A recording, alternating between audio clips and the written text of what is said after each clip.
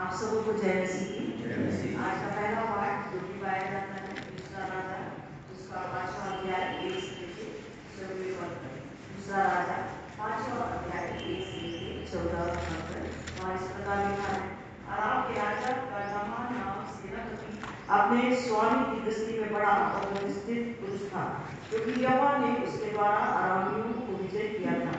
वह शूरवीर था परंतु कोढ़ी था। अरामी लोग दल बांधकर इस्राएल के देश में जाकर वहां से एक छोटी लड़की की बंदी बनाकर ले आए थे, और वह नामान की पत्नी की सेवा करती थी।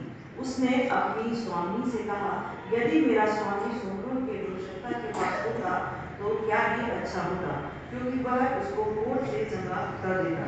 तो नामान ने अपने प्रभु के पास जाकर कह दिया, इस्राएली लड़की इस प्रकार कहती है, आराम के राजा से कह, तू जा और मैं इस्राएल के राजा के पास एक पत्र भेजूंगा। तब वह 10 बीघा चांदी और 6000 टुकड़े सोना, 10 जोड़े कपड़े साथ लेकर रवाना हो गया।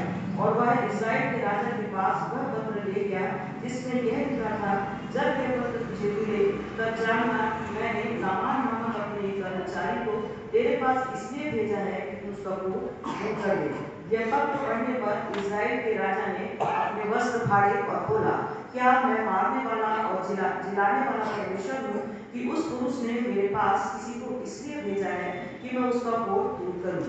सोच विचार तो करो, वह मुझसे झगड़े का कारण ढूंढता होगा। यह सुनकर कि इस्राएल के राजा ने अपने वस्त्र फाड़े हैं, परमेश्वर के भक्त एलीशा ने राजा के पास कहला भेजा, तूने क्यों अपने वस्त्र फाड़े हैं? अब वह मेरे पास आए, तब जान लेगा कि इस्राएल की एक पुरुषत्ता है। तब नामान घोड़ों और रथों समेत एलीशा के द्वार पर आकर खड़ा हुआ। तब एलीशा ने एक दूत से उसके पास यह कहना भेजा, तू जाकर यरदन में 7 बार डुबकी मार, तब तेरा शरीर ज्यों का त्यों हो जाएगा और तू शुद्ध होगा। परंतु नामान क्रोधित को यह कहता हुआ चला गया, मैंने तो सोचा था कि अवश्य वह मेरे पास बाहर आएगा और खड़ा होकर अपने परमेश्वर यहोवा से प्रार्थना करके कोढ़ के स्थान पर अपना हाथ रखकर कोढ़ को दूर करेगा। क्या दमिश्क की अवाना और पर नदियां इस्राएल के सब जलाशयों से उत्पन्न नहीं है? क्या मैं उनमें स्नान करके शुद्ध नहीं हो सकता हूँ? इसलिए वह क्रोध से भरा हुआ लौट कर गया। तब उसके सेवक पास आकर कहने लगे, हे हमारे पिता, यदि भविष्यता तुझे कोई भारी काम करने की आज्ञा देता तो क्या तू उसे न करता? फिर जब वह कहता है कि स्नान करके शुद्ध हो जा, तो कितना अधिक इसे मानना चाहिए।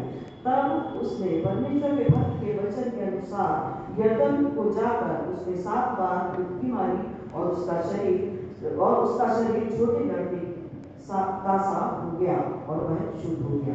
यहाँ पाठ समाप्त।